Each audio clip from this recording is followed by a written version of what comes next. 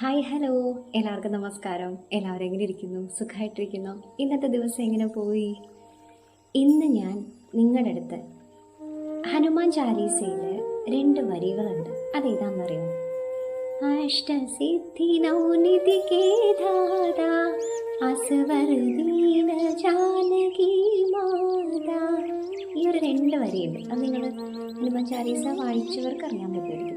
അപ്പം ഇതിൽ പറയുന്നത് അഷ്ടസിദ്ധികളും 9 നിധികളും ഹനുമാൻ സ്വാമിക്ക് സീതാദേവി വരദാനം നൽകി എന്നാണ് പറയുന്നത്.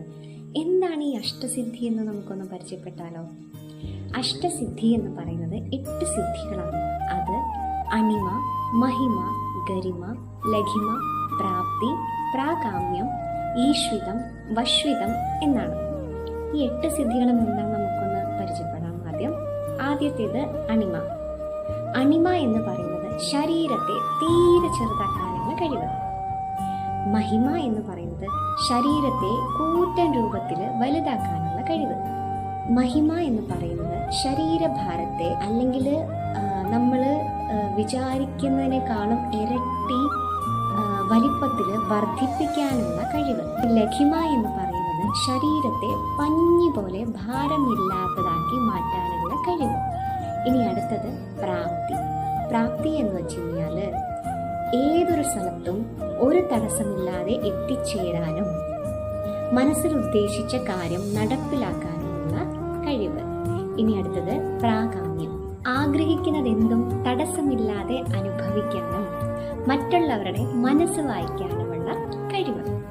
അടുത്തത് ഈശ്വിതം. ഈശ്വിതം എന്ന് വെച്ച് കഴിഞ്ഞാൽ എല്ലാ ജീവജാലങ്ങളുടെയും എല്ലാ ഘടകങ്ങളുടെയും നിയന്ത്രണം ഏറ്റെടുക്കാനുള്ള കഴിവ്. ഇനി ലാസ്റ്റ് വശ്വിതം.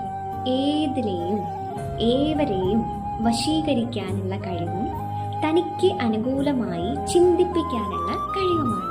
ഇതാണ് ഭഗവാന് സീതാമാതാവ് നൽകിയ അഷ്ടസിദ്ധികൾ കേട്ടോ. അതേപോലെ തന്നെ ഈ അഷ്ടസിദ്ധികൾ ഭഗവാന് ഇഷ്ടമുള്ളവർക്ക് ദാനം നൽകാനുള്ള വരദാനം കൂടി സീതാമാതാവ് നൽകി എന്നാണ് പറയുന്നതല്ല, അതാണ് സത്യം.